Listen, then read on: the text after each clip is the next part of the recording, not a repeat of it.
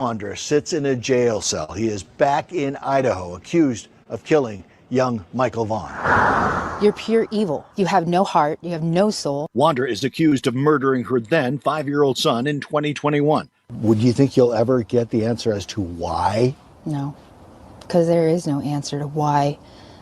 Why would somebody hurt an innocent little boy? What answer could you give what answer could you possibly give? How scared was he? Did he ask for me? Did he ask for Tyler? Stacy Wander has been charged with first-degree murder and second-degree kidnapping and destruction of evidence. Michael "Monkey" Vaughan went missing from his Fruitland neighborhood on July 27, 2021. This is a criminal investigation. Now, more than 4 years later, in newly unsealed court documents, Fruitland police named 4 people they believed are involved in Michael's murder. Those 4 names are ones we've heard before. This is Sarah Wandra. This is Sarah's husband, Stacy Wandra. This is Brandon Shirtliff, Adrian Lucian. As for what these 4 people have in common, they were all staying at the Wandra's home when Michael disappeared in 2021. That's just half a mile from Michael's home where he was last seen. In the PCA, police pointed to video evidence they say showing Shirtliff walking around the neighborhood. They say Shirtliff helped move Michael's body in a duffel bag temporarily to his mom's home in Kuna before standing guard as they buried him in the Wandra's Fruitland backyard. Stacy Wander told police the 4 hoped to sell Michael for $10,000 each. He says the idea came from Adrian Lucian. Idaho News 6 is now learning Lucian was arrested and released in Indiana in October for a traffic-related misdemeanor. Sarah Wandra is currently serving time in the Idaho State Prison System for unrelated charges. She's eligible for parole in early 2026. Karen, is there any connection between the Vaughan family and the home where police had been searching? No, we've heard this more than once from the family representatives and from the police department that there is no connection between the Vaughan family and the home where this search took place. As you know, from the time Michael went missing, this has been an all-hands-on-deck investigation, and it remains very active and an ongoing investigation. You can't take one of our most precious citizens from us and ever expect us to stop. During the course of this investigation to date, we received credible information that the remains of Michael Vaughan could be found in the backyard at 1102 Red Wing Street in Fruitland. As a result, the Fruitland Police Department obtained a search warrant for the residence along with the front and backyards. That search warrant was served on November 11th. It was a Friday. We served that late in the evening. Upon entry, officers encountered Sarah Wandra, one of the known occupants of the home, and Sarah was subsequently arrested based on probable cause that she had knowledge of Michael's death and failed to report that death to law enforcement. The following day, the Fruitland Police Department, joined by the Idaho State Police, the Idaho Mountain Search and Rescue, the Fruitland Fire Department, and the Fruitland Public Works Department began a very methodical excavation of the backyard of the Wandra's home. During that excavation process, the Idaho Mountain Search and Rescue, Mountain States detection dogs deployed multiple certified human remains detection dogs on the property, all of them alerting to the presence of human remains. Ground penetrating radar was also used and deployed, detecting anomalies in the backyard. We completed the excavation of the entire backyard and removed over 250 yards of dirt. Prior to backfilling the yard, the dirt was meticulously sifted for any potential human remains.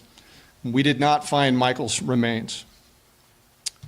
Although the remains of Michael Vaughan were not recovered, we strongly believe, based on evidence, that Michael was abducted and is deceased, and that his remains were buried and later moved from the property. As of today, the whereabouts of his remains are unknown. However, the investigation is active, fluid, and ongoing. Once the excavation was complete, we conducted a thorough search of the Wandra's residence. The search was productive, and additional investigative evidence was recovered and is currently being processed. An hour's worth of body camera footage showing Stacy Wandra FaceTiming with detectives and directing to where Monkey's body was buried in his backyard. It's like right under that mound area. It's right under the mound, about where at compared to the trees? A little, like, right to the right of the trees area. It should be, it should be a garbage bag. Okay, what color is the garbage bag? It would either be white or black. We only have 2 colors. Is the duct tape still going to be over his mouth? It should be. Okay. I didn't watch take them off. Okay. So you should have everything intact as it was. He claims he watched the burial happen. Okay. How far down is Michael? I don't know how far she actually dug. And the she he's referring to, that's his wife Sarah, another suspect in the case. Stacy says Adrian, a third suspect, was also there for the burial. Out of 300 homes, police say canines tracked Michael's scent to the home where Stacy, his wife Sarah, and their 2 roommates Brandon Shurtleff and Adrian Lucian lived. As Joe mentioned, a newly released probable cause affidavit filed in June lays out the interviews following Michael's disappearance. Again, during these initial searches, police say canines tracked Michael's scent to the fence line of the home where Stacy Wandra, his wife Sarah, and their 2 roommates, Brandon Shurtleff and Adrian Lucian, lived. All 4 of those individuals have been named people of interest in Michael's disappearance. One of Michael's neighbors told police they saw Michael riding a bike outside of the Wandras' home the day that he disappeared. Another neighbor said they saw that same tricycle at the Wandras' home during a garage sale months before Michael disappeared. The Wandras initially denied any involvement, but then in November of 2022, Stacy asked to meet with investigators. The PCA states Stacy claims he was home the night Michael was allegedly abducted and saw Sarah carrying Michael into the house. Stacy allegedly told police it was Adrian's idea to take a child to sell for money, and they would get a $10,000 cut. Stacy claims Sarah told everyone to, quote, follow her lead. Stacy told investigators they took him to Brandon's mother's home in Kuna that night, where they left Michael overnight. Stacy claims the other 3 returned to Brandon's mom's house the next day and brought Michael back to the Wanderers' home in Fruitland. Stacy told police Michael was not alive, and Sarah and Adrian buried him in the Wanderers' backyard. 2 days after Stacy's interview with police, they executed a search warrant and excavated the Wanderers' backyard. The affidavit says cadaver dogs alerted to the same area where Stacy told detectives Michael's body was buried, but to this day, Michael has not been found.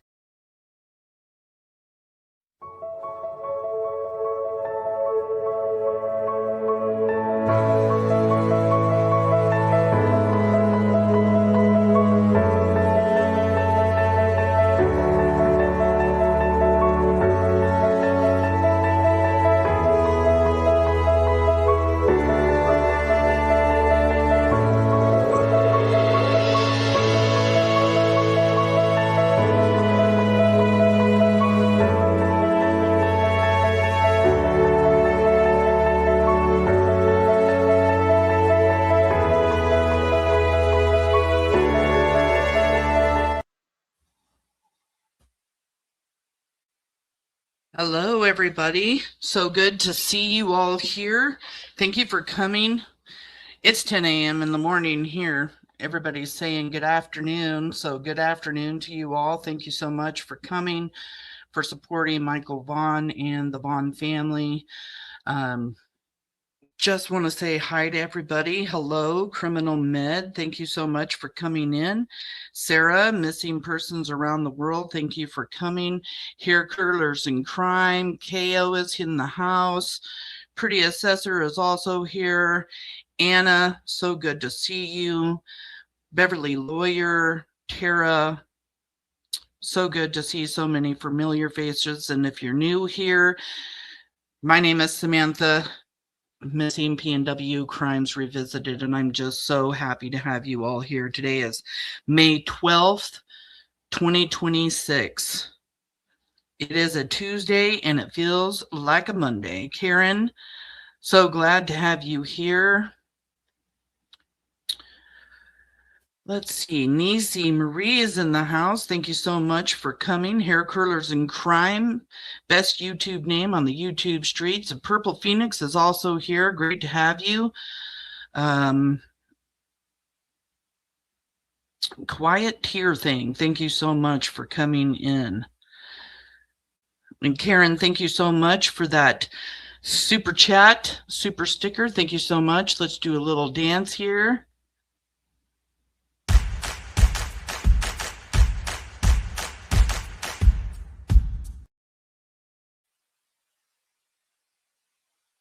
Let's see. Trying not to miss anybody. Darlene is here. Clever Phase is in the house. Thank you guys all for coming in. I know it's early for some of you. Rhonda is here. Justice is coming, is in the house. Let's see. Yankee Kyle is here. Thank you so much. Good afternoon to you. Beautiful Disaster is here. Thank you for coming. Zane Lilly, so good to see you.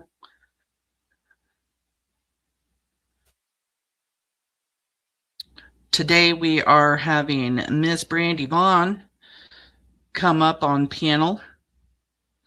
Poor little Buggy has had the stomach flu for a few days, and Brandi woke up this morning with a fever, not feeling good.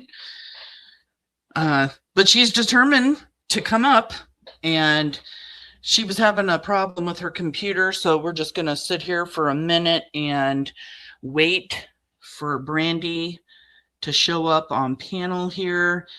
And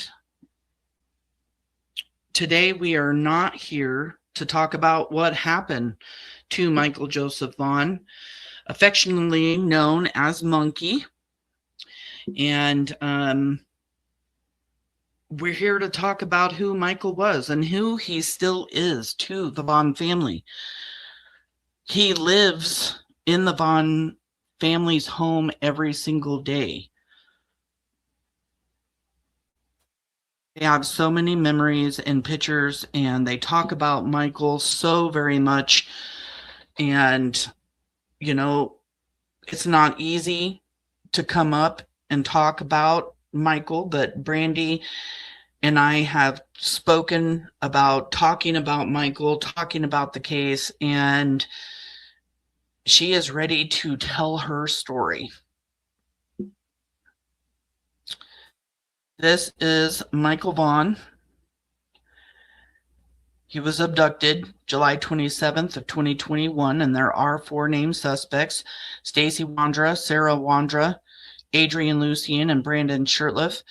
Stacy Wandra has been charged with first-degree murder, second-degree kidnapping, and destruction of evidence, and has trial in September. There are 2 hearings prior to that. One is in June and one is in August. The August is a pre-trial, and June is the status conference. In October of 2026, Sarah Wandra will be officially charged after she is released from prison on unrelated charges. She will be charged with first-degree murder, second-degree kidnapping, and destruction of evidence as well. Brandon Shirtliff and Adrian Lucien try to deflect from the fact that they had anything to do with what happened to Michael Vaughan. And they talk and have way too much knowledge to be able to deflect from that.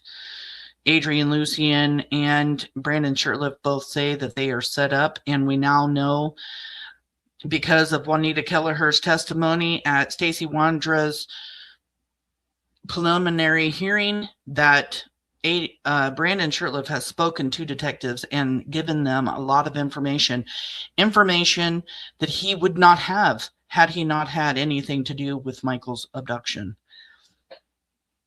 Somebody out there does know something, and we need you to call in a tip. This is still an ongoing investigation. The Fruitland police tip line is 208-642-6006, or you can email findmichael@fruitland.org. No tip is too big or too small. Let law enforcement decide whether or not your tips are credible. Collect over a $50,000 reward with any information leading to where Michael Vaughan is now.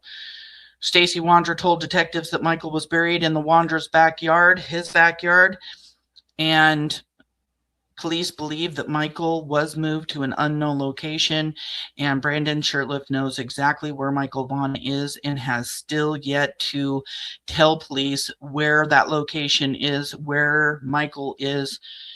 He's a coward. and he refuses to give the Vaughan family any peace whatsoever so that Michael can come home to be laid to rest.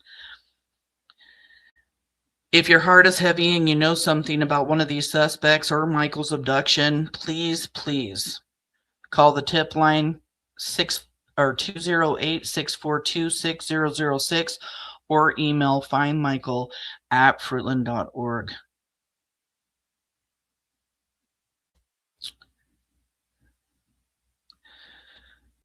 Let's just see what's going on here in chat.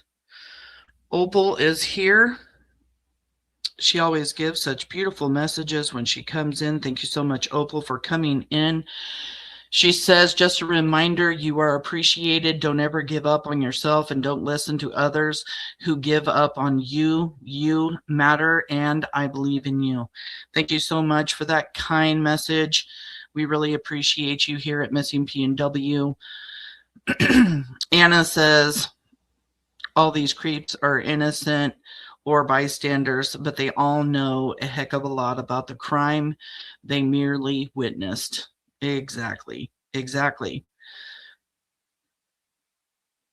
And Brandi, if you're listening, I did put the link up in chat in case you're still having problems with your computer. Monkey's Army is strong, and we are here to support the Vaughan family, and we are also here to make sure that Michael Vaughan gets the justice that he deserves. KO is here. Thank you so much for coming in. It is 7 p.m. in Germany. Oh, wow, Karen. Michael's story has reached around the world, and that is amazing. And that's what the series of Lives with Brandi is for, is to bring awareness to Michael and to his story. Because unfortunately, like other children who have been abducted, Michael's story for the longest time wasn't popular, wasn't out in the news as much as a lot of other children. And the Vaughan family has desperately advocated for Michael the best that they have been able to.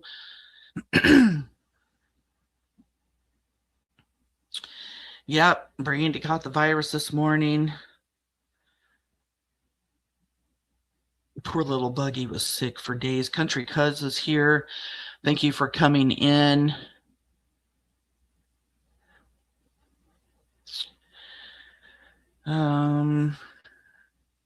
Just going through chat a little bit.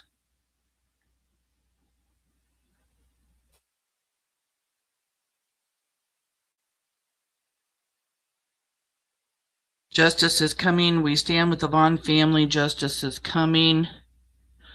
Thank you so much, Justice is Coming, for that amazing super chat.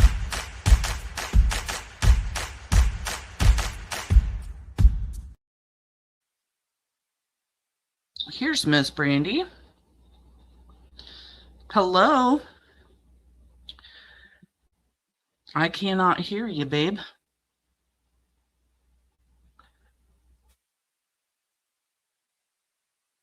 I can't hear you.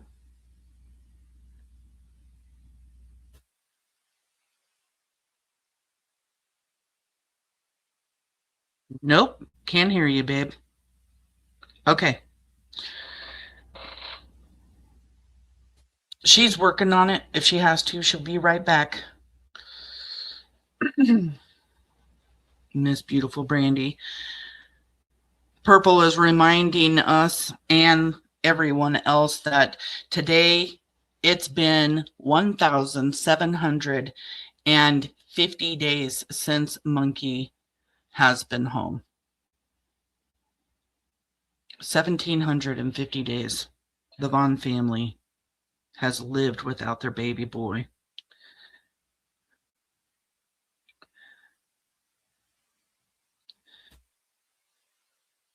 Purple, she had a problem last time. I know, I saw that.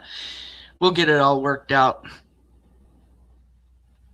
We will get it worked out.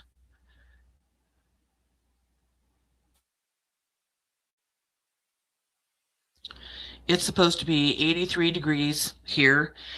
It is happening just like last year. Spring has come and the weather has turned to summer already. Brandi says that it's going to be super hot in Idaho and Fruitland today. I've already got my ACs on. I was outside in the garden a little bit this morning. I mean, the sun is already hot.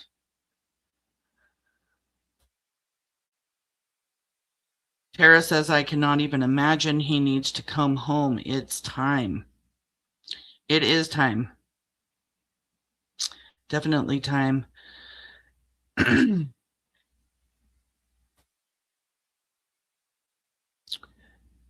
Okay. Hello, Dukes. Thank you for coming in.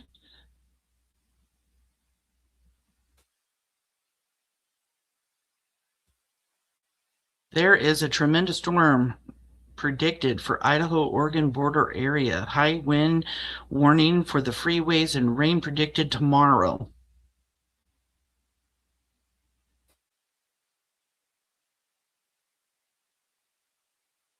Okay. Did that work? I can hear you.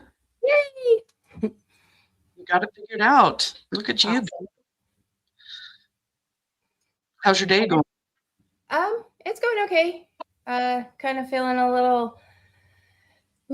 I got the bug. That's I was telling everybody the buggy was sick and stuff, and now you got it. I'm that used poor to it. baby. Oh, she had it bad. Oh, she's ready to go. She was up and dressed, had shoes on, hair done before 6 a.m. She was She's ready. like, I am ready to be at school. I am over being sick. Yeah, I've got the I don't think it helps with my medicine either. The sweats like crazy. Yeah, on top of menopause, that's got to be fun. Mm-hmm. I love the red hair. Thank you. I've always done the reds. I've got the natural red in my hair anyways, but it makes me look better, I guess I could say. I like the red too. I was stalking your Facebook looking at pictures last night to download and saw all your different colors of hair, but I think red's my favorite. Mm-hmm. Red has always been my go-to. It was funny because when I did my hair, when I turned it red, when it was all dry and everything, and Buggy is a firecracker. Buggy, she's all, Mommy, you look like the real mommy again. And I was like, yep, here I am. I love that. Well, thank you so much for being here. I am honored to have you here.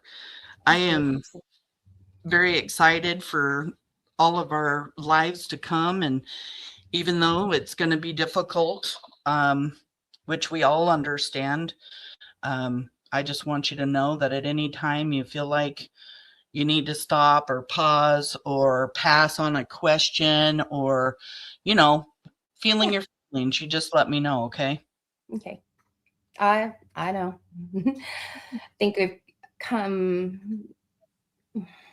gotten, I don't want to say used to, but a better handle on being in front of people speaking. Oh yeah, you are definitely good in front of the camera. I got to witness that firsthand at the preliminary hearing. Right out those doors right in front of the cameras. That was the first time that I really took a hold of how I wanted things to go. I mean, they're always so nice, and if you want to stop or if you don't want to do this today, or they're always very thoughtful of our feelings and how things are going on. 99% of the time. So that was the first time I really said, hey, this is how we're going to do it. This is how I want things done. And it was very empowering. Well, you do an amazing job in front of the news. I've only done that once and I was a nervous wreck. It's not easy. That's for sure. No, it is not. I don't even show my face up here. So I feel weird when I don't, because I don't know. I guess I like to look at people while I'm talking to them. So Yeah. that's just kind of how I am. But I am going to, because I will not eat or drink on camera. So I will Yeah, right. turn my camera off for that. Okay. Well, I wanted to start at the beginning. I want to talk about Michael when he was a baby. Oh, What kind oh of what was Michael like as a baby? The perfect baby. He Was was, he? yes, sleeping through the night by 3 weeks. I mean, it scared the hell out of me. Because, you know, as a new mom, you're used to them waking up every 2 or 3 hours to eat. And, you know, Michael was my third baby born. So I kind of had, excuse me. Oh my God, look at how tiny. So tiny. This is the first day he was born, right? Yes, it is. When was Michael born? June 24th, 2016. Yeah, his birthday's coming up. I just realized it's May, and oh my gosh, Tyler and that beard. Okay, so the beard.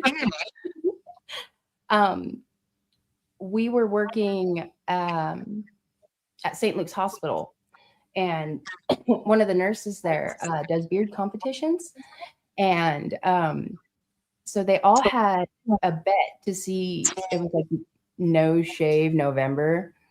Well, oh, I remember yeah. that.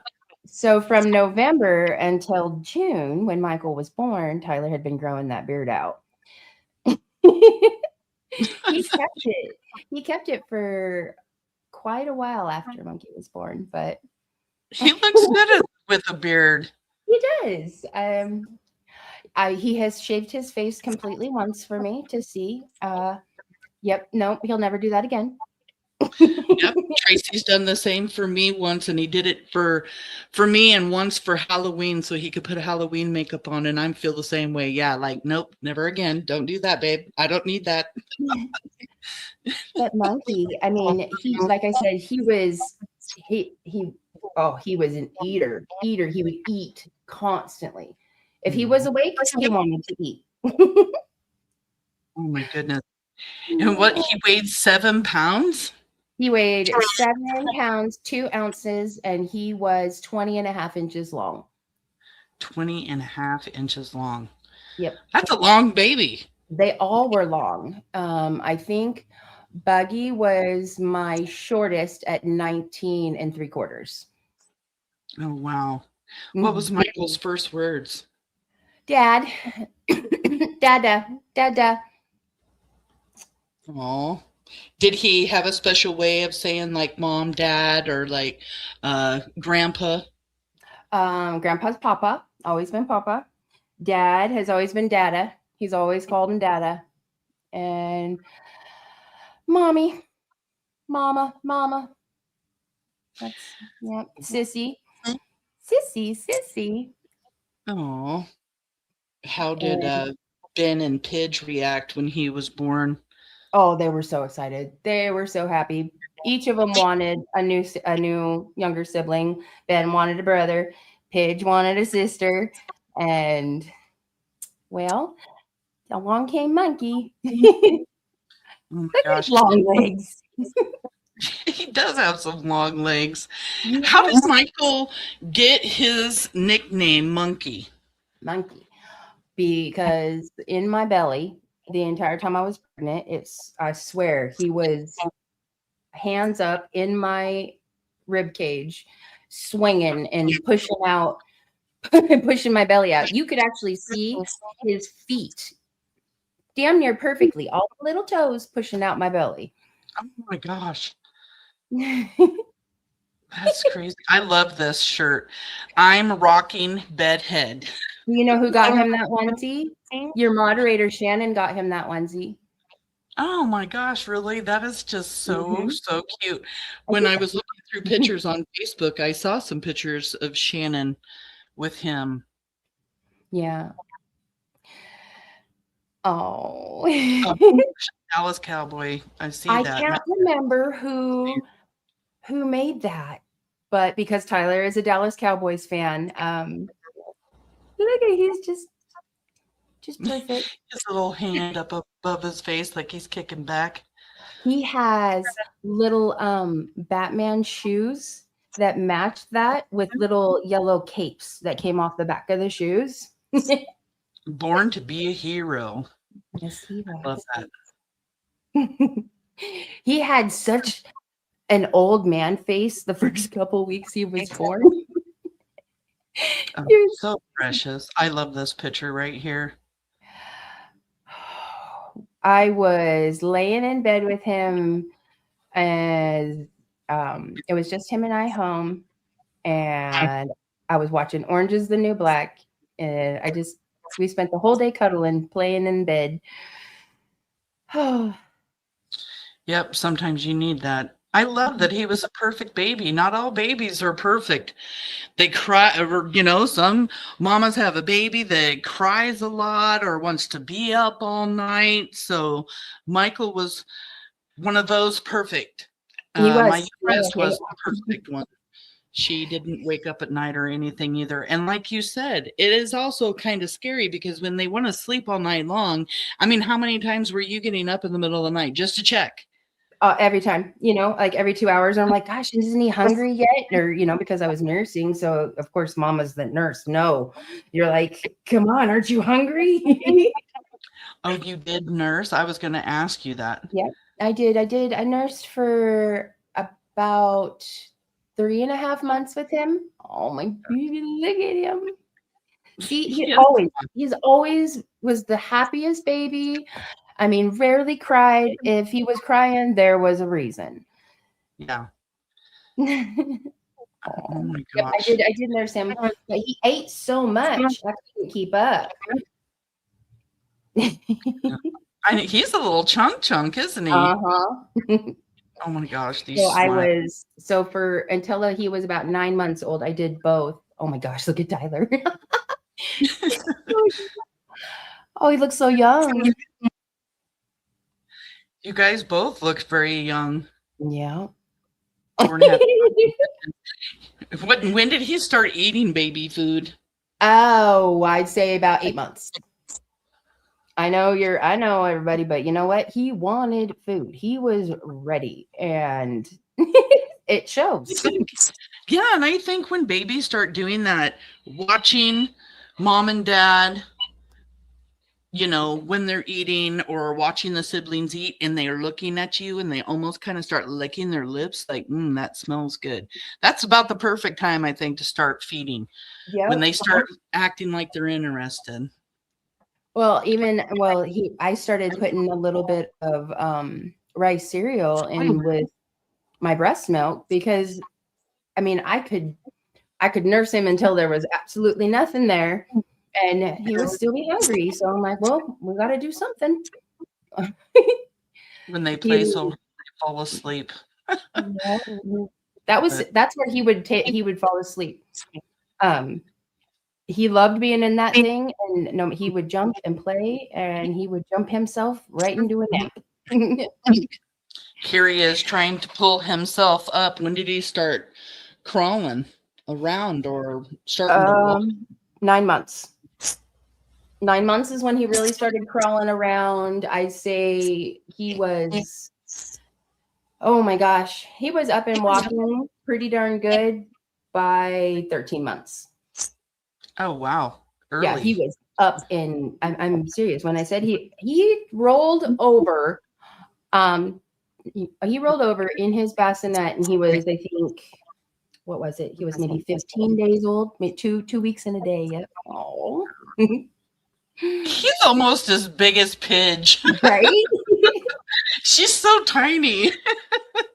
Oh, look at her. She's just laughing, enjoying her brother. You remember all those first moments that the kids had, playing with Michael? Oh my gosh. The house was never quiet, always filled with laughter and giggling and, what could they teach Monkey next, or what was he, he would get so excited when they would, do certain things. Oh, This is one of my favorite pictures. I just have to say, like, he's standing there with his arm up there like a little stud. Like, look at me, look at me. he always loves pictures, loves pictures. His eyes are so blue. That is Yeah. one thing about Michael. His eyes always just so blue. Just absolutely beautiful baby. He is. I miss him so much. I miss you. Thank you so much for being here. Yeah, absolutely. Oh. I need to know why is this baby boy so dressed up? He's so cute. Look at him. Easter. Easter. I was wondering if it was Easter. Yep. So he's not even a year old in this picture. And it was about nap time. You can tell he was not happy. Yep. He's got a rough face there. Yep. He was ready to go home for a nap. There he is. I found a lot of pictures with him with puppies. Yeah. Unfortunately, that puppy right there, she passed from parvo. Oh no. Yeah, that was very sad. The kids, she passed in the night. So the kids, they don't really remember. We didn't have her very long. Aww. What was his favorite thing to play with when he was this little? Did he like to carry around a toy or a blanket or anything? One of his monkeys, and which the police have, and pretty much anything that was his sister's. Oh my goodness. So many pictures. There's so many. I had to pick which ones were my favorite out of hundreds. And it looks like you were the picture taker in the family, the video taker. I take lots of pictures. I have a very bad memory, very bad. But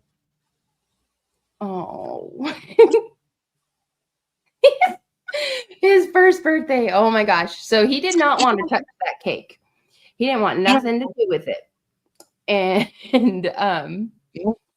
so I was like, all right, let me try this. And I took a little frosting and I like, here, try this, and then he was like, oh, you could just see the expression on his face. And he was like, and then he just dug in, hands off.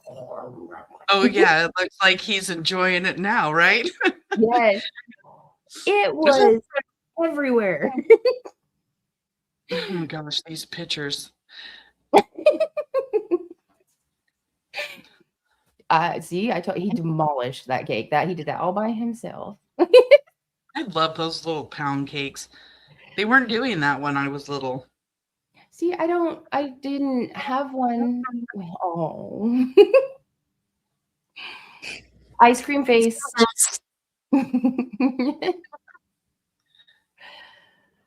You can see because there's stairs behind him. Mm-hmm. Everything you could imagine I had in front of those stairs.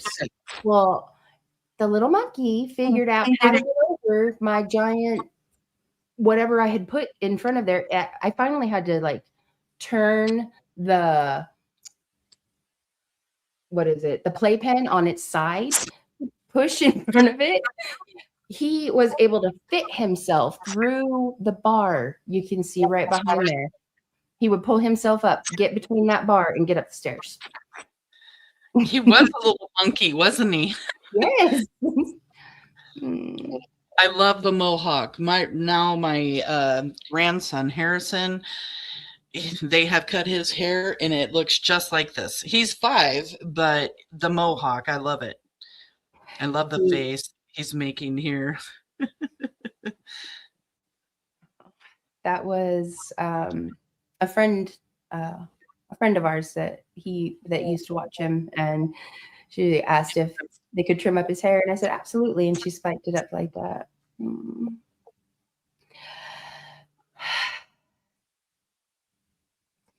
How are you doing, Mama? Okay. I know you've been saying you've missed him a lot here lately. Yeah. It's not easy. You said he liked the mud? Oh, always anything in dirt.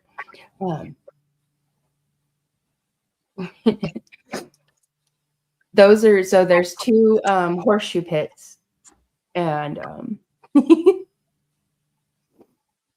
there's sand in those. So we didn't want him digging in the sand, and after we filled him with sand, so there's the dirt pit, the monster truck dirt pit back in the corner. Was that his favorite thing to do? Just play in the mud? Absolutely. He loved excavators and dump trucks and what was it? The cartoon Bob the Builder. I'm sure mamas have, you and grandmas know Bob the Builder. Yeah. What was your favorite Halloween costume that he wore? Hulk. It was the so he was 4. It was the Halloween it was 2020. And he looked just like Hulk, green face, and he had the little mask and everything like that. And he was, I think I have the video somewhere, and he's all, I am the Hulk. Is that his favorite Halloween costume too? Yeah. I love that. So he was all into superheroes. Yes. What was his favorite holiday? Monkey's favorite holiday? Oh, I want to say Christmas, but I would say Easter and 4th of July. The 4th of July probably is absolutely one of the ones he gets excited for the most. Always. Oh my gosh. I saw him in a video actually this morning watching the I was pregnant with Doug with that picture. That's at Golden Corral. I'm sorry. I didn't mean to interrupt. No, you're fine. That was a Golden Corral. So you were pregnant with Buggy? Yeah, we had just left one of my prenatal appointments. Oh, look at the little chin. Where was Michael's favorite place to go when he was little? The river. We lived right by the Payette Greenbelt when we lived in Payette, and we would walk down every evening, and he'd be typically in the stroller, and me and the kids would all go down and walk and throw rocks in the river. And there's a pond back there along the walkway that they fill with fish every year, and so we'd go fishing there. But I would say that was one of his absolute favorite places to go. Oh, wow. Yeah. I love that. That's actually all my grandkids. They love the river too. Did Michael go to preschool or daycare at all when he was little?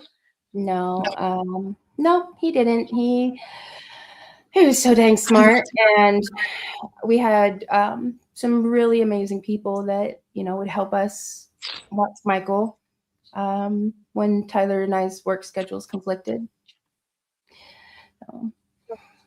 No, he was. We were getting ready to go register him. He was supposed to be starting that week, or not? We were supposed to register that week and get haircuts. Oh, for kindergarten? Yeah. Him What and Ben was Michael most excited to learn about? What was he most excited to learn about? He wanted to learn how to go to the moon. He thought when he went to school that he was going to learn how to go to the moon. And I did tell him if he did really good in school, that when he got older, he could become an astronaut and go to the moon. Nice. So he wanted to be an astronaut. Mm-hmm. Did he ever talk about what he wanted to grow up and be besides an astronaut? Were there any other things? A fireman. He wanted to drive a dump truck and an excavator. He said he was going to have them in his house. He wasn't going to have any cars like mommy. He was going to have hot rods and race cars like Papa. I love that. I love that so much. Did he have any kind of like bedtime story that he asked to have read to him over and over again, or any lullabies or anything that he loved to hear? Harold and the Purple Crayon. He always wanted me to read that. The little boy that could draw. You know, his favorite was when he got to draw. When Harold drew the water in the boat for him to go into. That was some of his favorite parts. I Love You More. It's very simple, but it's a really cute book. Those were his favorites. Book I Love You More, but I haven't heard about the other one. I'll have to check that one out. Oh. Yeah, Harold and the Purple Crayon I read when I was little. Yeah, I don't know. I've never heard about that. It's a really good one. It's old. How old was Michael when Buggy was born? 3. Or he had just turned 3. That's Buggy. Yep. Oh, he could not wait. He would talk to my belly all the time. He would just lay on my belly, and she would kick him, and he would giggle, and he'd say, "Why are you kicking me? I love you. Will you come out now?" And he was always asking, "Can she come out now, Mom? Can she come out? I want to play." That is so cute. Buggy was his best friend, right? Yeah. So in the living room, she would be in the little bouncer, after she would go down for a nap after eating or something. And he would sneak in and he would put this little red flatbed fire truck. There's a couple pictures. I think I have them in my Facebook, but she's laying right here on her shoulder. He was that specific one. He always found and gave to her. He loved that shirt, so he's in that shirt a lot. I noticed there's a few pictures. What is going on in the kitchen with this duck? Okay, so this is one of Tyler's aunt's houses, and they live out in the country, so they have all kinds of different animals. And Mama Duck had baby ducks, and their daughter was teaching them things. She works with lots of animals, and they were just in the house, so Michael could see them. Mm-hmm. And that's so cute. Oh my gosh, it was hours of him crawling around the kitchen into the living room, and they just followed him, crying, thought he was Mama Duck. It was his laugh. At his aunt's house? Yeah, this is in Oregon, in Ontario. Did Michael have any cousins his age, or cousins that he played with, or anything? No. No. The only cousins that Monkey has,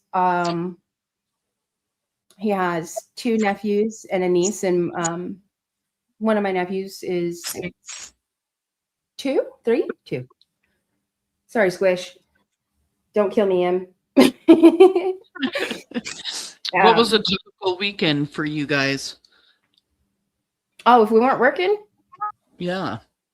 playing out in the yard, going to the river, going somewhere to camp, just being outdoors, going over, because at that time we lived right there by the school.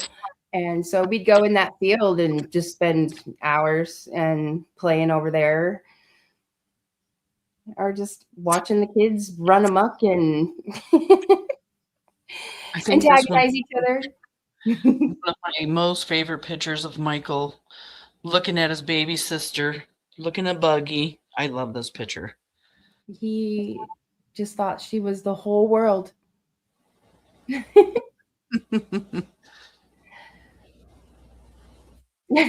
Oh, my babies. She's all cross-eyed right there. She's a chunky one too. Uh-huh. Oh, Ben was my biggest baby. Ben was 8'6", 20 inches long when he was born. And he was just bigger cheeks than Buggy right there. Did Michael like helping you do anything in the house? Any chores or anything? He always wanted to help Mama. He didn't really like vacuuming too much because the noise. He does not like loud noises. Very, very loud noises. Things that startle him. He does not like yelling.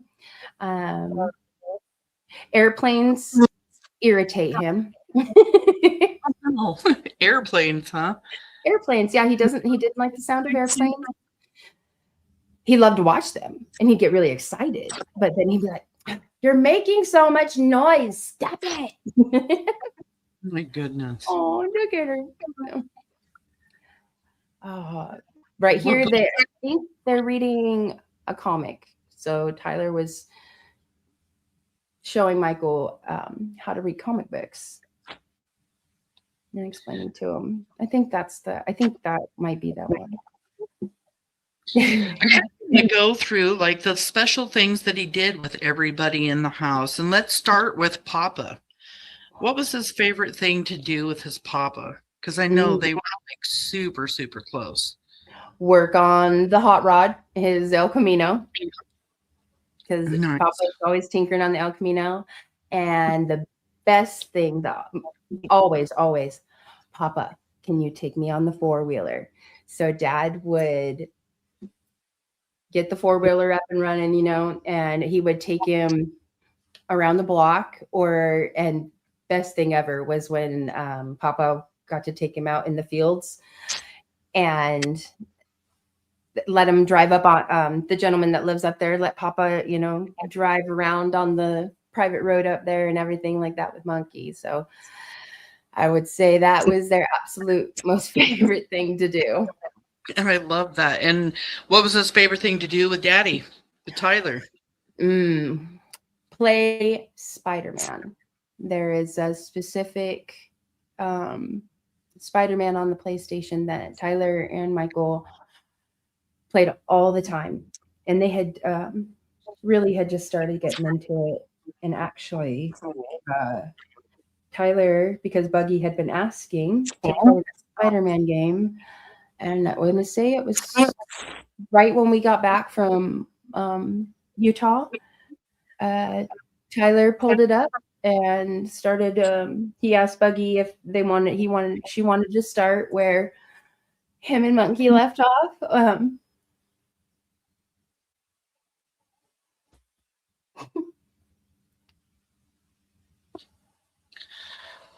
Thank you for sharing that with us. So, but they started their own game, and Buggy told Daddy that he should play that with Monkey. So Tyler's been playing it here and there. That's just one of the most things that stands out to me. I'm sure Tyler would probably would say something else. But. Yeah. What did he love doing with his mama? Baking, taking care of everybody. He was such a good helper. He loved rallying everybody for dinner. If I, be like, dinner's ready. And if nobody was getting up and getting their plates ready, you better best believe that Michael would be right there. Mommy is done cooking. You better go eat dinner. That was one of my questions. How was Monkey at dinner time? And you just answered that. Never afraid to try something new. He was never a picky eater. The only really thing that he was ever picky about is his macaroni and cheese. He was very. He didn't like the Kraft macaroni and cheese. Is that right? No, he would not. And I tried all the different ones. I tried the extra creamy, and nope. Nope. It had to be the Velveeta shells. And I was like, we can make Kraft macaroni with shells. Like, nope, he just wouldn't. It had to be that way. So I didn't argue with him on that one. So besides the mac and cheese, was there anything he just didn't like? Not that I can think of off the top of my head right now. No. He doesn't he never liked seeds in his jelly. When he finally did start eating jelly, because it was the longest time he'd only eat peanut butter sandwiches. He would never eat jelly. He said it looked gross. But I'd say a little after he turned 4, I think it was Pidge that put jelly on his sandwich. Pidge or Bubba, one of the two, put jelly on the sandwich one day. And he ate it and said, "This is really good." And come to find out, it had jelly on it. And yep, it had to be that specific jelly. No seeds. No seeds. What did you like to do with Ben? Art and play Minecraft. Ben in his eyes was Minecraft God, They even, Pidge and Ben, because they could play together online and stuff like that. So they made a private room where that Ben, Pidge, and Monkey could all do together. Or they would give him a controller and pretend that he was in playing with them until we got him the Switch, and then he could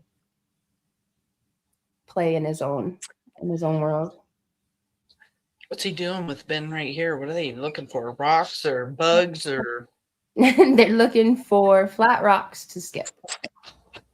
This is when Monkey found that flat rock that I keep with me all the time. The one that I use I rub in my hands. I think I showed you when we were at the courthouse. You did. You did. That's the one I keep with me. Yeah. And his Spider-Man. And his Spider-Man, yep. The headless Spider-Man. Yeah, I got to hear about why that Spider-Man was headless. Mm-hmm. We were just here at the spot a couple weeks ago. Oh, is this where you were? This was the camping spot? Yep, this is where we were. It's going to be amazing to go this year. And yeah, we're excited. Yeah, and it's good for you guys. You guys are finally finding ways to get out and about and live and, not stay stuck and all of these hard feelings. The last time I think we went out was for Monkey's 7th birthday when we went to the claim. That's the last time we've been out like that. It's been a long time. That's a little crawdad Daddy found. Yeah, that we were digging up stuff to run through our sleuth on the water. We were panning for gold. This was Crater Lake. It was so bright that day. Crater Lake, and it's so beautiful. I see pictures of it. I haven't been.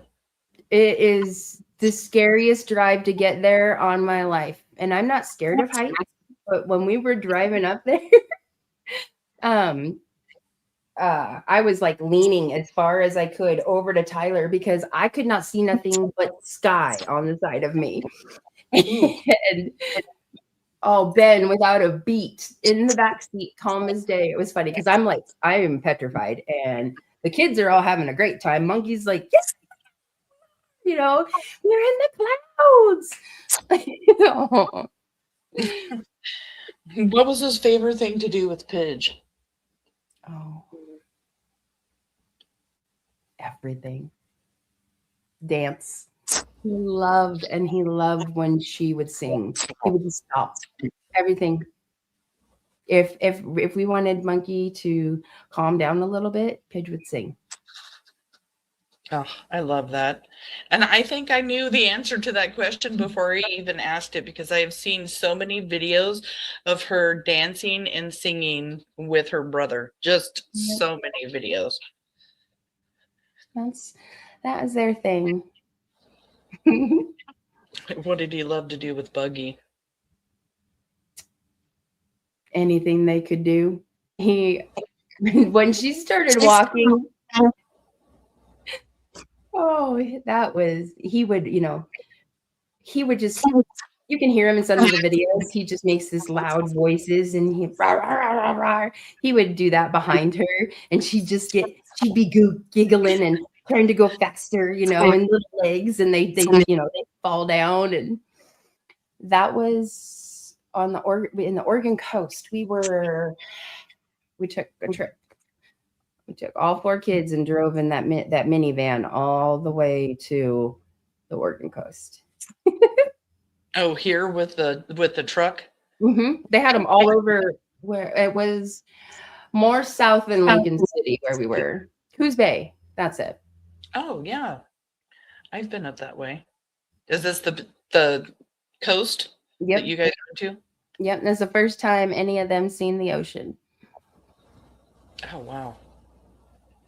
And you are from an area where all there was ocean. I grew up on an island. Windy Island up here in Washington. It's one of my most favorite places to visit. It's beautiful up there and in the San Juan Islands. Mm-hmm. My dad was telling Pidge, because he sends me candy from Iowa, because there's places there I absolutely love. And since I'm going to visit my dad, he was asking Pidge what kind of stuff she likes like that. And she's like, well, I want some really good fudge. And he told her about this place up in Washington. It's in Port Townsend. And they have, oh my gosh. So she ordered some. Nice. So I'm going to steal some of her stuff when it gets here. Oh, my baby. Those are the Painted Hills by John Day. It's beautiful. There's the plains and then the hills, and then there's also what are they called? The fossil beds or something like that. It's one of my most favorite pictures of Monkey with Tyler. I love that picture. I'm seeing which one. I'm looking at Buggy and Monkey right now. Yeah. See, always eating and stuff. I've got this little round. How you doing, Mama? I'm okay. This is one of my most favorite memories of ours. This is where all of my favorite pictures of Michael come from. Was this this was the last camping trip that you guys took with Michael? This was the one right before the last one. No, sorry. This was the year before. Oh, okay. This was the summer of 2020. Yeah, this is the summer of 2020. How was he on camping trips? Perfect. Adventurous. Never wandered too far. Always wanted to know what kind of bug every bug was. There are some bugs, they have names, they're made up. I don't know, but we'll just run with it. Okay. So where you saw him with the wood in the truck, his truck. So that whole area right there was riverbed. And so we camped right back there on the riverbed. Now, where he is standing right there in those pictures, you can see behind him, there's where a little bit where the water comes up. So if you go up on that path right behind there, there's giant beaver dam, huge. And there were just frogs everywhere because there were little pools of water, you know? So yeah, that whole bucket, the whole bottom was like, all right, we got to stop catching all the froggies because they're like climbing on top of each other now. So he thought this was the greatest thing ever. He did not want to leave. He did not want to leave. We were there for 3 days. You were there for how long? 3 days. Oh, I thought you said 3 weeks. I was like, oh my God, the kids would never let me camp for 3 weeks. We went on a long one, about 4 or 5 days. And I think that was like the longest we'd ever been on. But my son, the first time we went camping, he did not want to go to the bathroom because we're out in the middle of nowhere and he didn't want to go to the bathroom outside. So after unpacking all of our camping stuff, we ended up having to leave because he would not go to the bathroom outside. Oh, Monkey didn't care. Once we told him he was allowed to pee behind trees and stuff like that, just anywhere there was a tree, if he had to go, he decided, yep, there you go, we're going in there. Not just camping either. I use these pictures from this camping trip all the time for thumbnails because I just love his beautiful smile. We had so much fun. Oh my gosh. And it was so where we were mining right there behind that grass on the other side of the river, and I was able to, me and Buggy and Monkey were on this little like sandbar type thing. So I was able to take Buggy out there and in the stroller, and Monkey he'd bring water up and splash her feet with it.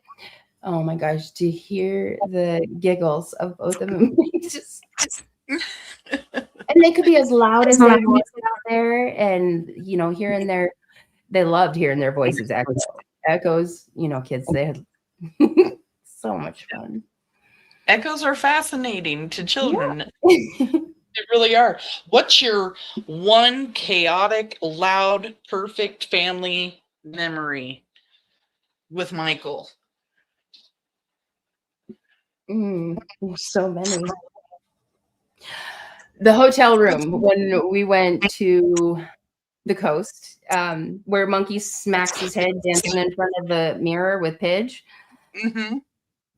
Somebody complained because we were being so rowdy and just everybody's laughing, giggling, have a good time. We had, kids jumping on the bed, and somebody actually complained that we were being too noisy and asked us to keep it down, or we were going to ask to be left to leave the hotel.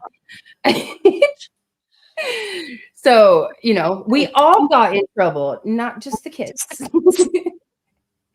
It was just... nothing in the world mattered other than us being together at that moment. How did Michael show affection? Was he a hugger, a gift giver? Did he like to draw people pictures?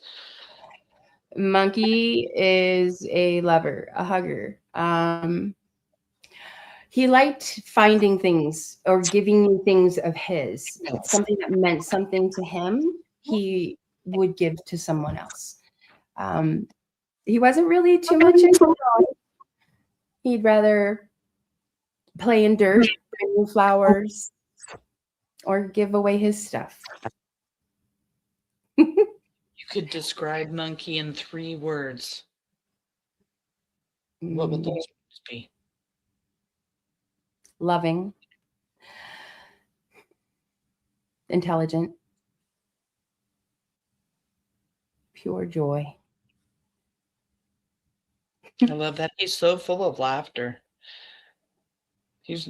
I mean, you can see in all of the pictures just how happy all of you are. Not just him, always smiling, happy. I don't think there was a picture of him too grumpy at all.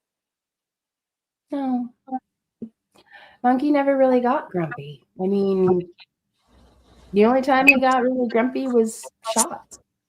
And who doesn't? Right? Can you describe his laugh?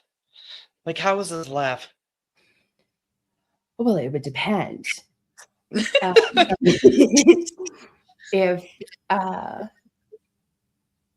it was something he was being a little over eccentric about, it'd be this really high pitch.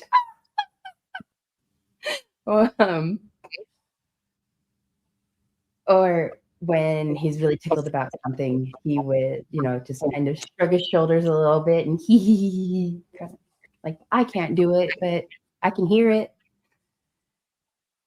Do you like to do jokes or listen to any of the jokes? Monkey loves jokes, dad jokes.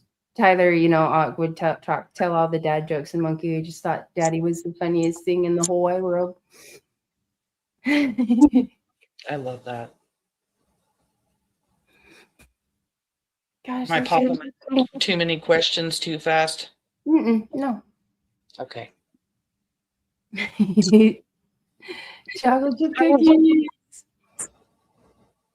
There were a lot of pictures of him in the kitchen with you. Oh my gosh. We were outside from like 9 o'clock that morning until like 6 in the evening when it finally got dark. It was such a beautiful day. Make a Tyler smile. Yeah, I love those pictures of the snow. We didn't see get the back of the snow here. Oh, we didn't get any this year. This year. Okay, so Buggy was just a couple months old. Yeah, Buggy was just a couple months old in this picture. Tyler said he wanted to build a fort for Monkey. Monkey wanted an igloo, and then it turned into a giant slide.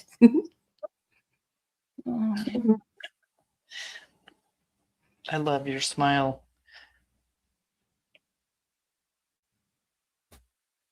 Did he collect anything? Did he collect anything? Cars. Cars? Mm-hmm. Cars and monster trucks. And so I said he has just about every grave digger. And cat toys. He wanted all of anything that could dig.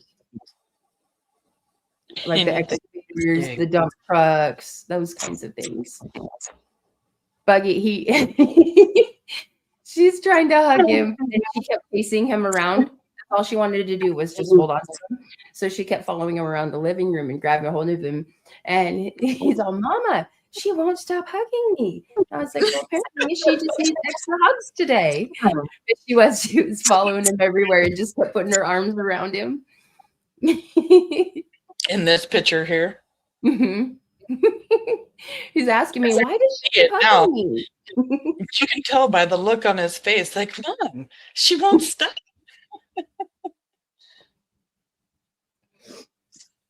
Is there something that Monkey said or did that the family still quotes or out still to this day? Car crush eggs. Cars crush eggs. Car crush eggs. What is that? So I had gone to the bathroom and Ben was, keeping an eye on Monkey for me. And I guess Monkey had gone into the kitchen and gotten into the refrigerator, found the dozen eggs. And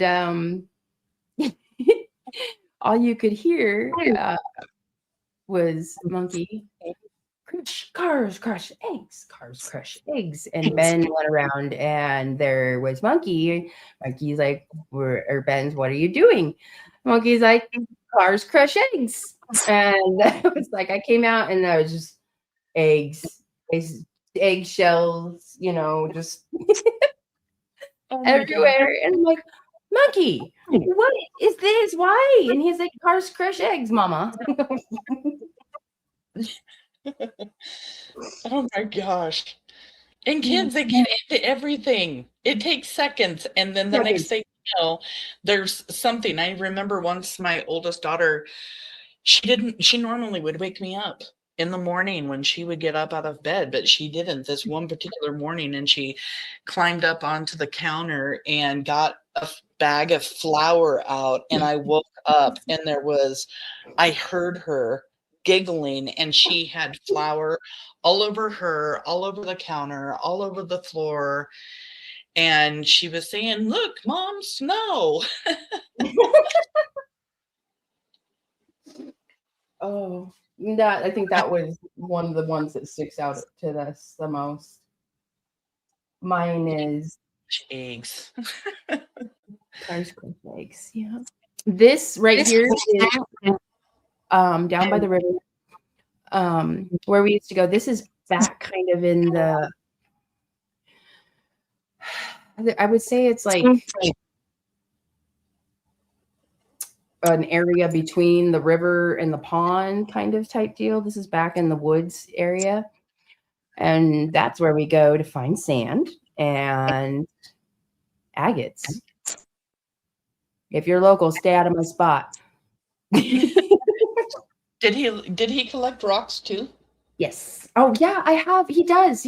Sorry. Yeah, he has. I'll send you a picture or that you can post of his. He has two different collections. One that he got as a kit from, what is it? National Geographic. Yes. Buggy's got her own now. She's in the middle of tumbling her first set. And then he has his rocks on our different some different camping trips that we went on in his box. And did you keep his collection of cars too? Oh, absolutely. They're still in the living room. Buggy plays with them. Oh, I love that. Yeah, most of Michael's toys are mixed in with Bugs. There's stuff that I do have put away specifically, but I can't.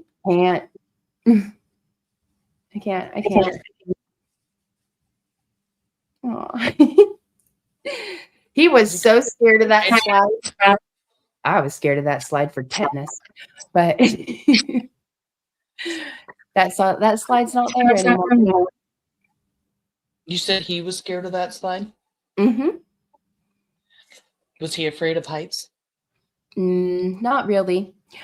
Once he got up there, and once he realized that he could do it, there was nothing that could stop him. Just took a little. He was fierce, wasn't he? Fearless. Just like his mama.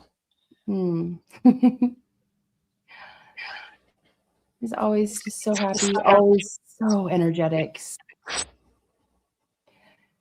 I love you telling me the stories about all these pictures and stuff. That one was just a random day in the backyard. Yeah.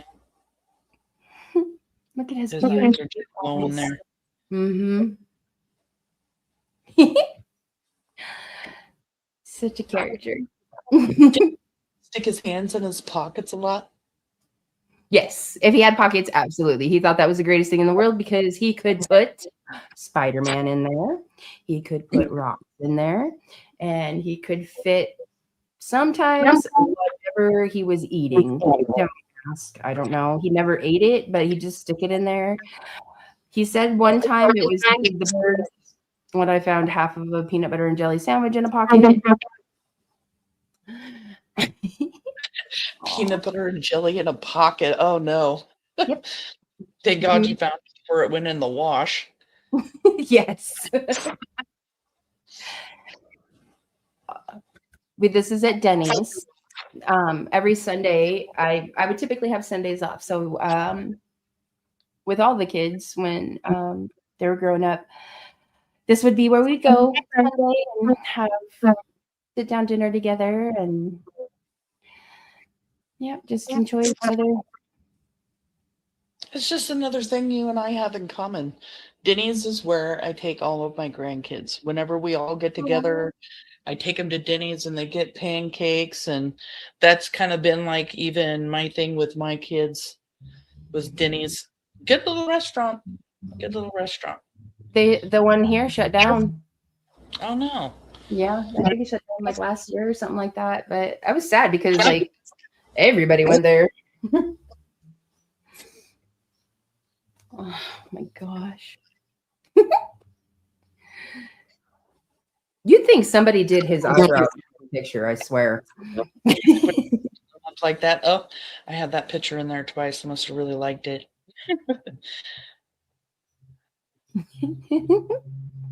Always. I saw a lot of pictures of Monkey. I don't know if he was climbing up on the table or like a back of the couch. What is Michael getting up there and looking outside at? Is he waiting for somebody to come home, or does he hear somebody coming home or something? When he's little crawling up on the coffee table? Yeah, because he's wearing diapers in those pictures. That is him crawling up, looking out the window, waiting for daddy to come home. Oh, I don't know why I had that feeling he was waiting for somebody. Yep. Because that big window right there, and he just loved standing in it, watching the cars go by. You know, he wasn't saying that. Yeah, hey, yeah, it was. He would say, hey, hey, hey, hey. That was another one of his first words was hey. Dada and hey. He said sissy before he said mom. He did say sissy before he said mom. He did? Yep. Did he have a special way of saying it, or did he just say it perfect? Sissy, sissy, sissy. S's are usually so hard. He loves his sissy so much. Yep. Why is there dirt all over his face here? Him and Buggy both. That was them where Monkey puts the bunny ears over top of Buggy's head when they're in the dirt. Yeah, it just got it was raining. And I just couldn't pass it up because they're just so cute. And look at they're all just dirty. Just being kids.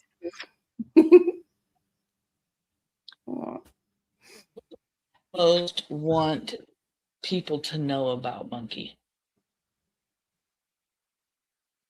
That was our last camping trip. That was May 31st of 2021.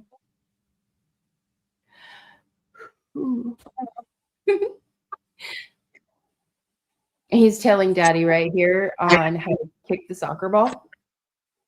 Oh yeah. I remember seeing pictures of them actually kicking the ball around here. That place was the first time I've ever experienced chiggers. Oh God, the Monkey and Buggy, thank God for blonde hair because they had it all in their hair. Oh no. And they bite. What is a chigger? I don't know, some kind of flying flea or something like that. But they bite. And as soon as we put bug spray on, they were gone. I just think it was maybe because we were in an area that nobody had been in a long time. So I don't know. There's some kind of bug around here and they hurt. They bite and they itch. Oh no. Well, thank God you guys had bug spray. I don't go anywhere without bug spray when I go camping. Same. Mosquitoes like me too much. Oh. Sorry. What do you most want people to know about Michael?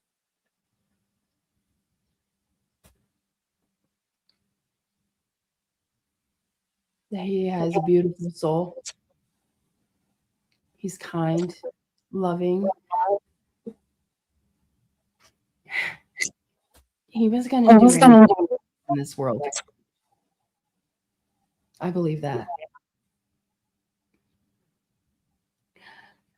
They need to know how much Michael was loved and cherished.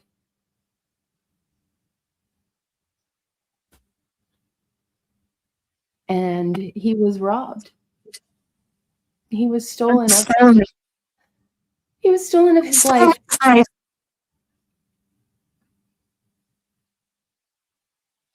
I'm so sorry, honey. I'm so glad you're here. I'm so glad that you're here sharing Michael, you know, and not talking about what happened to Michael, talking about him, his life with his family, his personality, you know, because his personality shines through. You can see it in every picture. You can see how much and how strong your family is, how much you've all loved each other so much. How do you keep Monkey's memory alive for the family now? Talk about him. Don't pretend that he wasn't here. We talk about things from the past, things we've done. I mean, Buggy wants to talk about Monkey all the time, and there'll be things that she talks about, and I'll be like, oh, you know, that was one of Monkey's favorite things to do. Or I tell her, you know, some of the actions that Monkey would do when she was a baby, or, you know, his pictures everywhere. And, you know, sometimes just doing some of his favorite things. I can see he is still alive in your home. Absolutely. I know how much you guys talk about him and stuff. I get videos from you all the time of Buggy talking about Michael, or you share something with me sweet, something that's going on, you know. And I love that. And it's good that you guys can talk about Michael, talk about all of the memories. You're not trying to hide him, you know. I saw your house. I saw all the pictures of him in your home. He is still so alive there in your home. And I think that that is a great healing thing for all of you to be able to talk about him and everything. It's hard. I mean, especially after Michael first went missing, nothing moved in the house. I mean, there was, even outside, it was like everything stopped, stood still. Monkey's toys were left as is. I mean, Tyler talks about the race car track from that day, that they were the monster truck track that has the kinetic sand. And that track sat there for almost 2 years in the exact spot.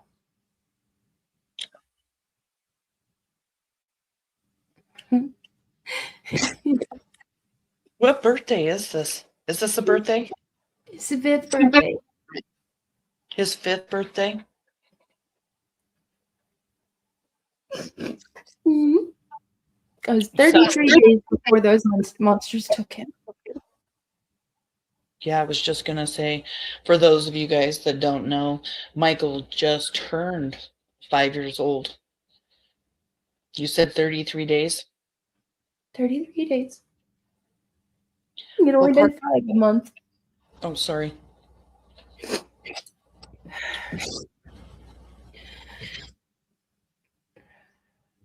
This is where he got the green car. Where he got the green what? The green car, his race car. Oh, yeah. The one that he drives around, the big one in the backyard? Yep. The videos that I've seen? Yep. Yeah. Do you see Michael and Ben and Pidge and Buggy and Tyler? I do. A lot.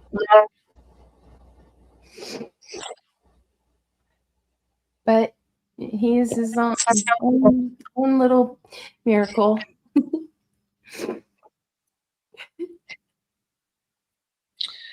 I love you, baby. I know this is so difficult. Michael would be turning 10 this June. Yep. God. He'll be missing as long as he was alive.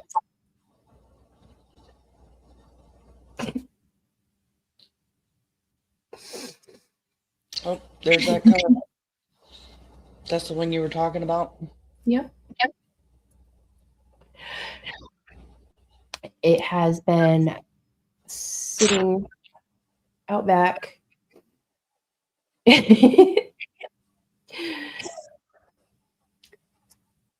See, we did all the birthday stuff before. We did cake. We went to the park and did the water park and everything.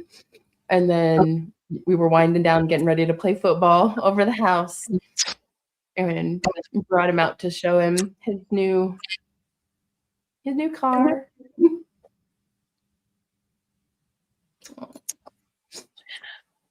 You see that red and yellow bracelet on his wrist right there? Yeah. Paige made that for him. And he had taken it off for a bath the night before on the 26th. I still have it. You do still have it? I didn't put it back on him after his bath.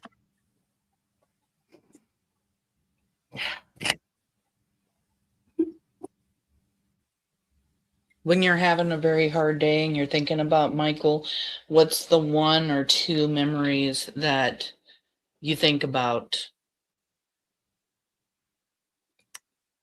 The Is there first a time specific picture or the first time I got to hold him.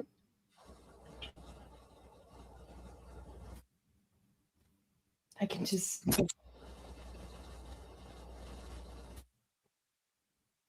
feel him. I can feel him in my arms.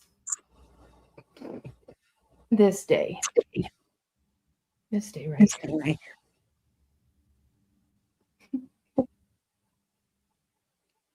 he's still with you, baby? He's still with you and he loves you and he's watching you. I and talk he's to him all the proud of time. I talk to him all the time. Just like he's right here with me. Because he is. He is. He lives through you and Tyler and the kids and his papa. Yeah. I wish I could just jump through the screen right now and give you a big fat hug.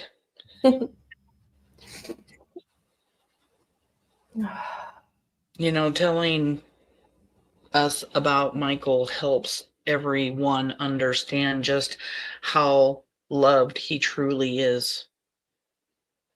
And, you know, you keep his memory alive every single day.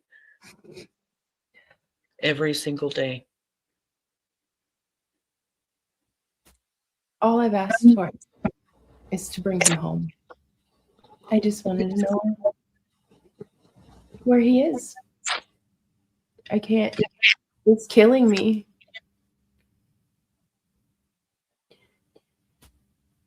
It's not killing me like it was. How about that?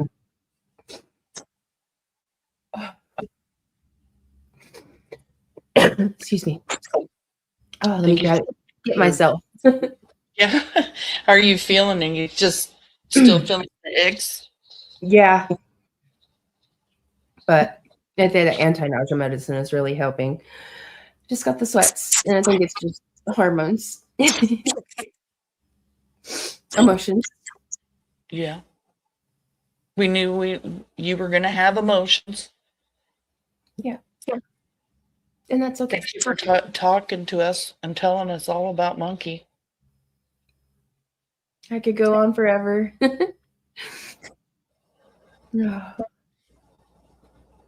But I thank you, Sam, for allowing me to do this. And, you know, if people have questions or want to know things, I'll answer the best I can. I really do appreciate everybody wanting to hear about Michael and our family.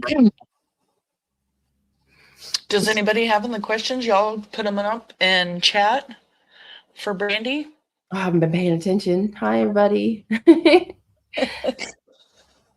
Brandi has decided to come up here, and today we're talking about Michael, and we're going to do some more lives, and she's going to talk to us and tell us about, everything that you've been through the past 4.5 years. We're going to go over a lot of stuff, and we know it's going to be difficult, and, you want to give people that perspective because you want to help other people. And I think that is amazing. Yeah, I told you this morning that going, like, just happening to stumble on some of the foundations that are here in Idaho alone. I didn't know about some of these foundations that are here and how they've happened. And unfortunately, it's out of tragedy.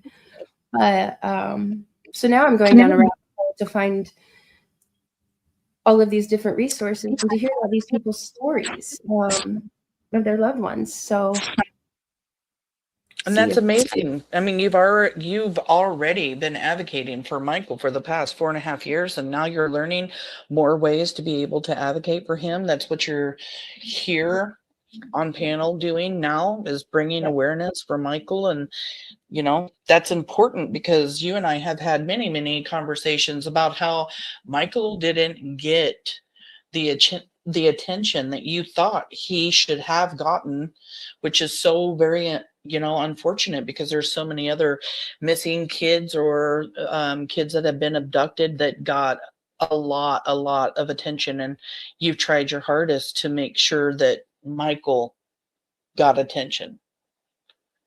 It was so hard. It is hard. It still is hard. I don't know. We've talked about the reasons why I believe Michael didn't get as much coverage. But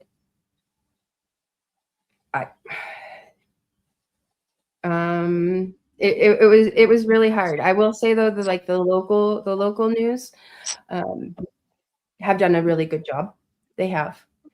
I mean, if I had it my way, they would put Michael's picture up on every news segment they did every single day. But I've learned a lot about corporate businesses and how they feel and how they deal with missing persons. Like if you want to put awareness materials in their store, also as well as the missing posters that NCMEC would get about or do. They send them out monthly, like to Walmart. I found out about how that process works because it had been over a year, and the Walmart here in Ontario still had not had Michael's picture up. But I made sure Summers was up. Right. And I got asked to take on Michael's case. I mean, I'm not very far away from Idaho, and I was looking up to see who Michael Vaughan was. I hadn't heard about him or his abduction or anything. And then when I looked him up, some man popped up. Oh, Michael Vaughan. Yeah, Jesus. Yes. But now, I mean, honestly, now you can look up Michael Vaughan now, and now his picture, his flyer, or something in the news or something will pop up, and with suspects going down right now, I mean, it will be more awareness. You know what? Opal, right there. Michael's Army. I will say, because of Michael's Army, he has gotten the coverage he has. Me being loud and noxious in everybody's ear, please help me, please help me. I still, please help us, please help Michael. There's 4 monsters. 2 of them are roaming out on the streets thinking that, it's okay with what they've done. God knows what they're doing now. We've discussed, you and I, about Brandon, what he's doing. But everyone that has helped me get Michael's name out there, get his story out there, even the ones that No, not in. No, not that one. There have been so many people that have done great, amazing things for awareness for Michael, and done things without even me asking. Even the search, the first initial searches. Oh my gosh.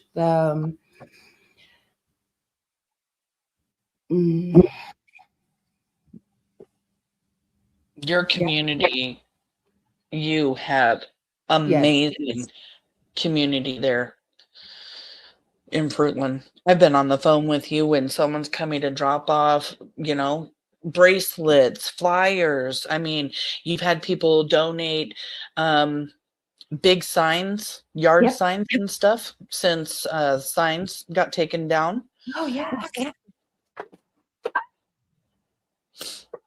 Well, there goes my number.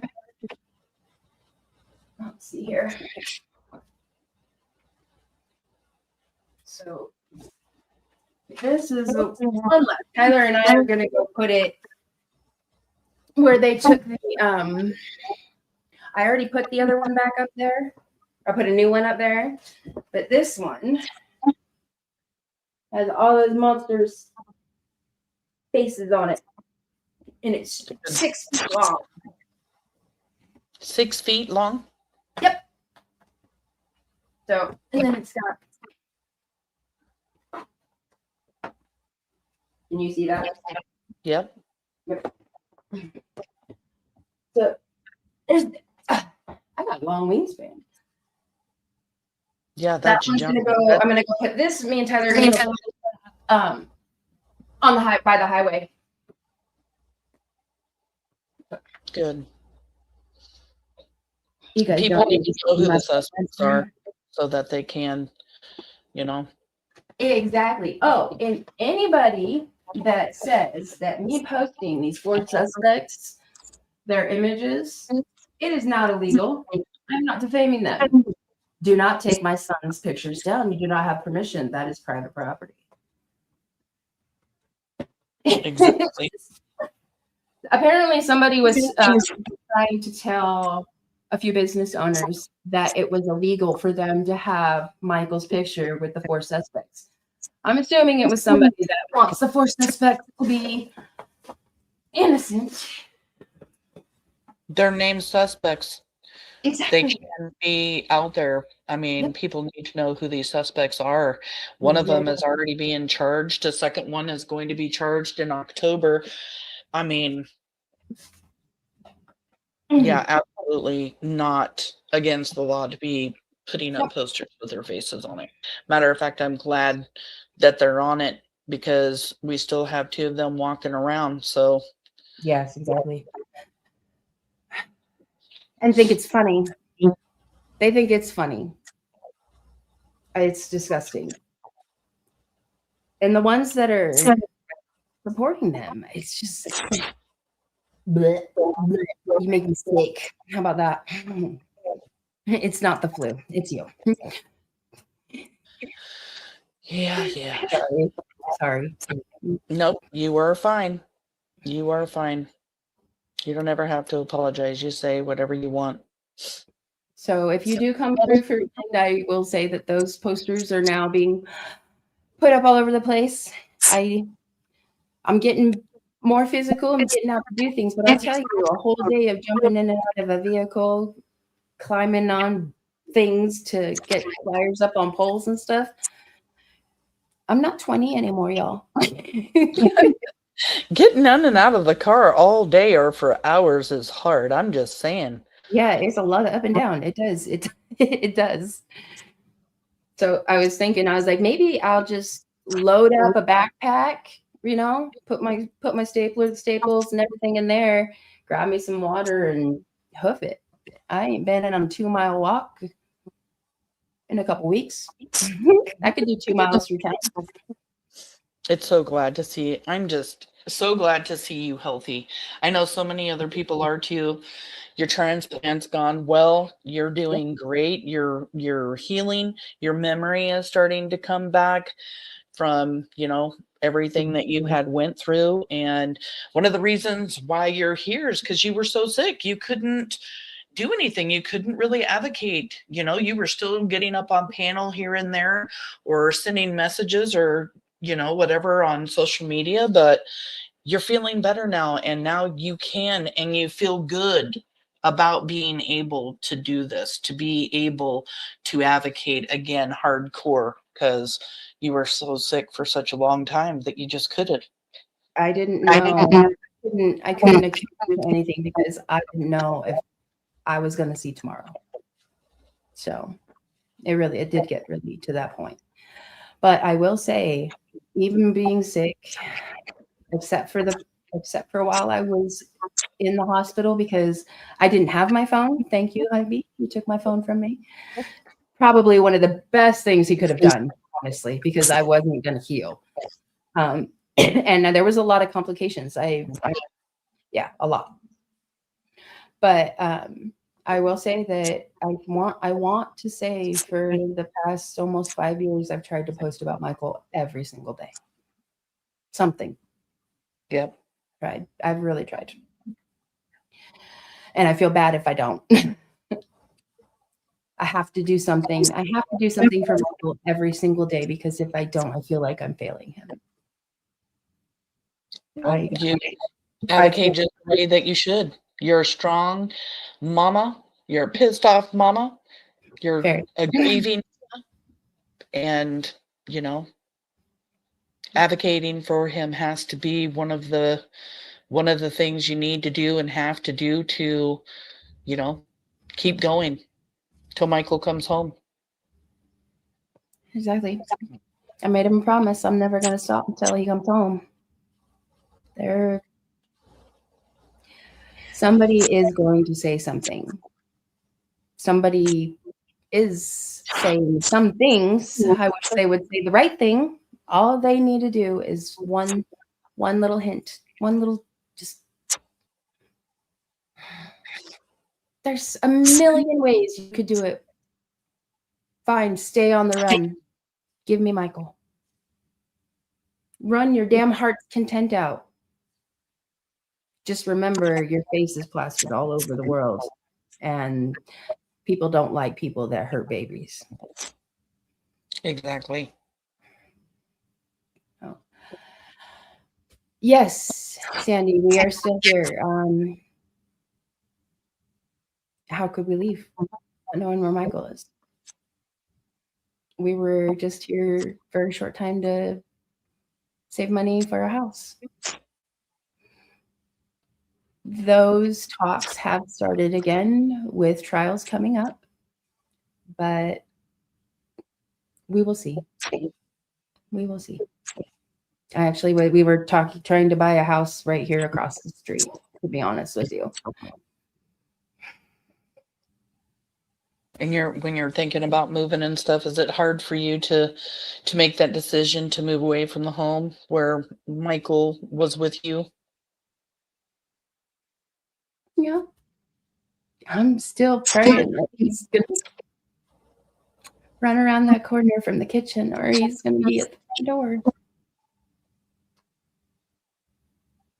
There's still that hope. You don't lose that hope because you don't want it. You don't want it to be real. You don't want it to be true. But I do have, we do have to live in reality, The world doesn't stop. I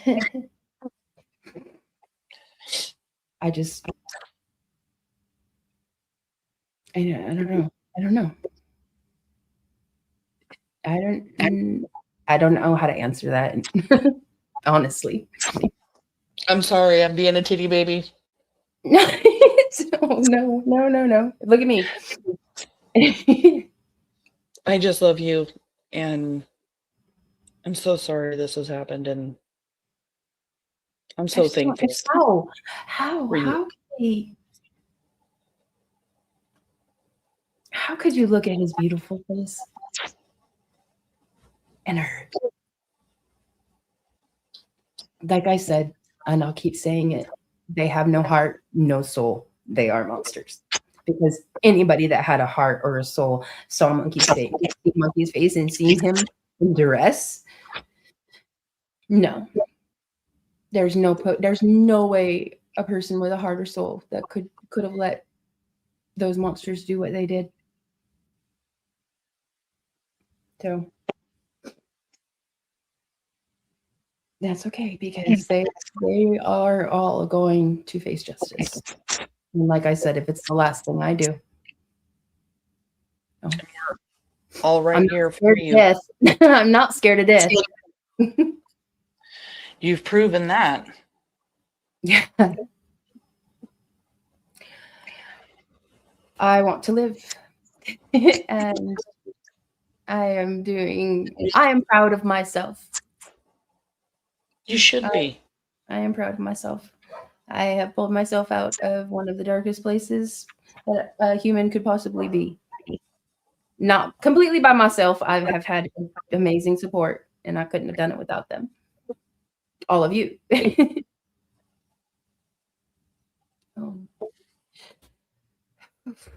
You should be very proud of yourself. Thank you. Thank you, guys. The first time, Sammy, you heard it. The first time I've ever actually said it out loud. And feeling it and meaning it. Yeah. So.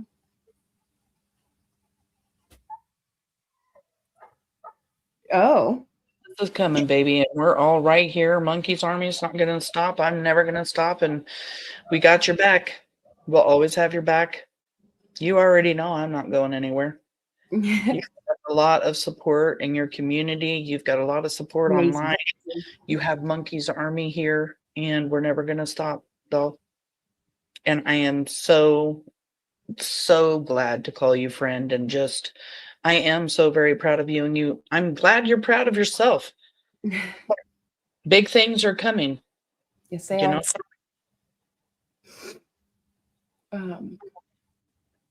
I don't know what to do about Michael's birthday.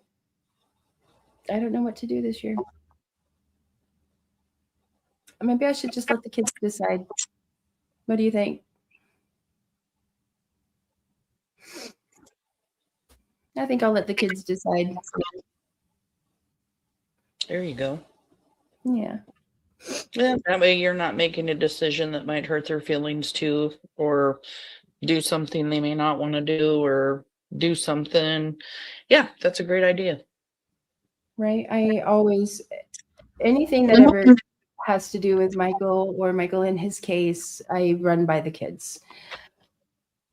Because it's not just me. I'm not the only person that Monkey is missing, you know?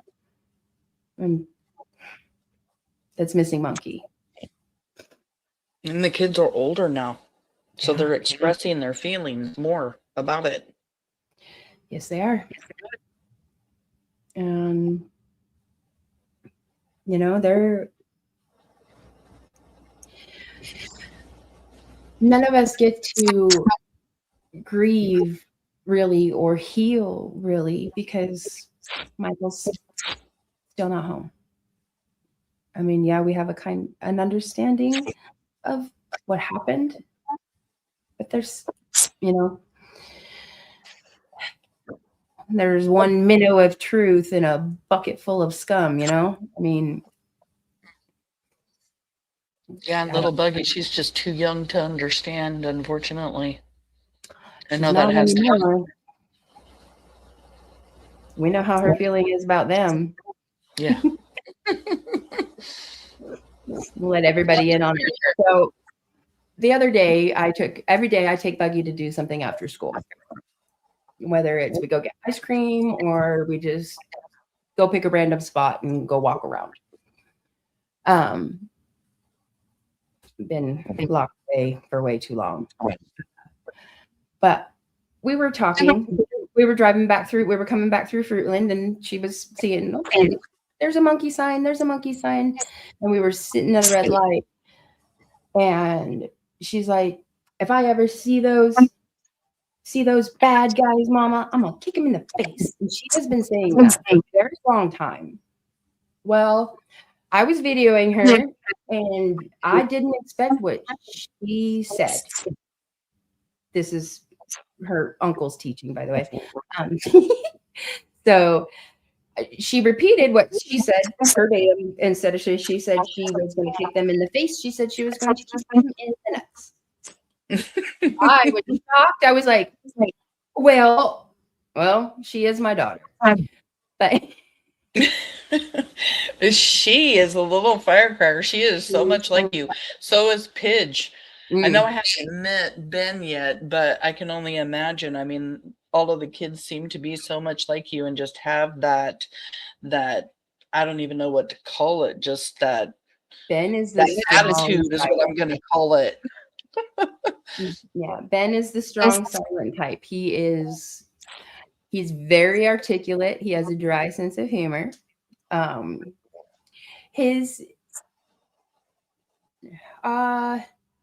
Let's see. If you are familiar with Asperger's, a very mild form of that. Very mild. So that's his how he is with jokes and stuff like that. So sometimes people will just kind of look at him like, oh, okay. I love him. I think he's hilarious.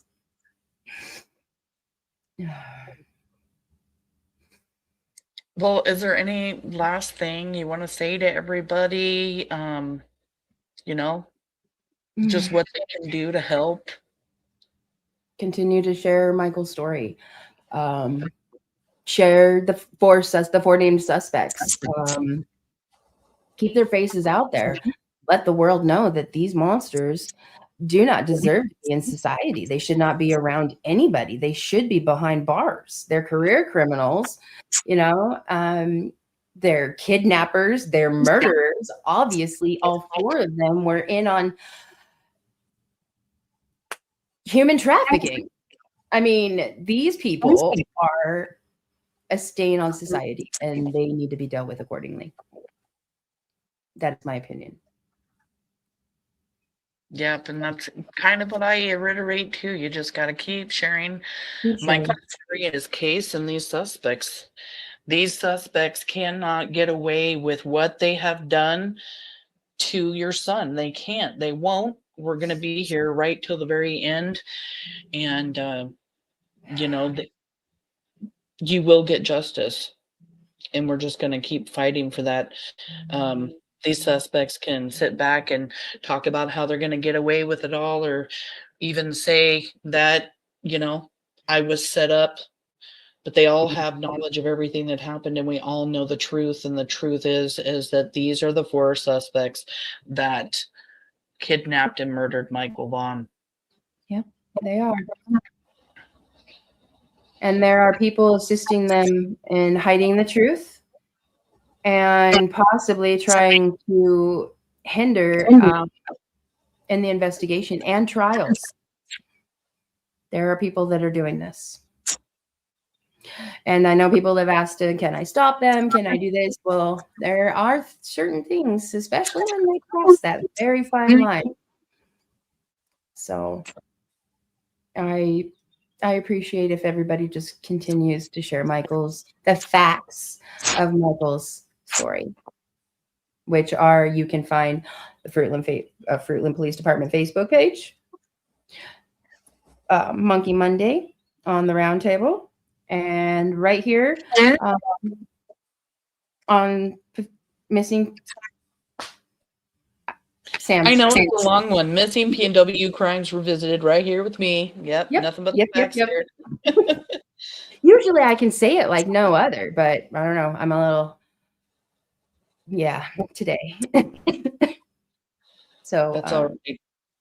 If anybody has a tip, please call the Fruitland Police tip line 208-642-6006 or email findmichael@fruitland.org. It is still an open going investigation. Any tip is credible. Just call it in and help bring Monkey home to his family. Thank you. All right, I'm going to jump down. I can't wait to do this again. If anybody, you have some questions or something that you'd like us to delve into, I know we talked about, I want to talk about how the reward fund came about and kind of what we went through about that. Just a couple different things to explain what our family was going through during some of these processes. The polygraph, the optical polygraphs, just the things that I could talk about happened. Yeah. So thank you again, Samantha, for all your hard work and dedication to Michael and our family, and you're critical. And everyone, thank you again. Please continue to share Michael's story. He's still missing. There's somebody that knows where Michael is. Please help us. Michael deserves to be home, where we can visit him, where I can just go sit and talk to him. So please, thank you, everyone. And Sammy, I love you. And thank you again. I love you, baby. Thank you so much for being here. Bye, everybody.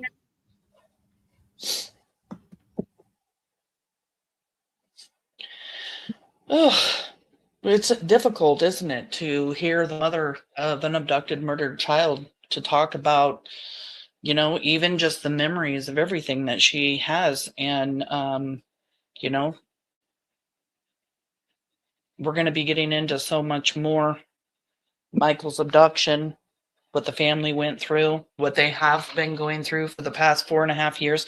And it's going to get even more difficult, not only for Brandi, but for all of us that are listening. So please protect your mental health. And I just, again, want to thank all of you for being here, showing Brandi support, the Vaughan family support, for being here for Michael and being a part of Monkey's Army.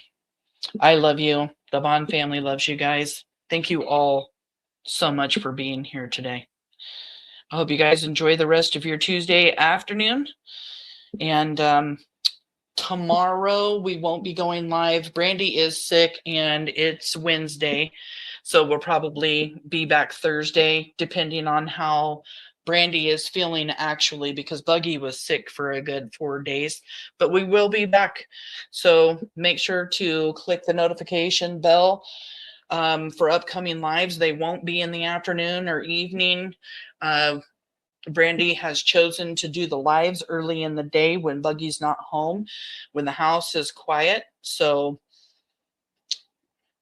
we love you, Mama. Again, just share. That's what you can do for the Vaughan family. Thank you guys all so very much for being here. I love you guys. I'll see you next time.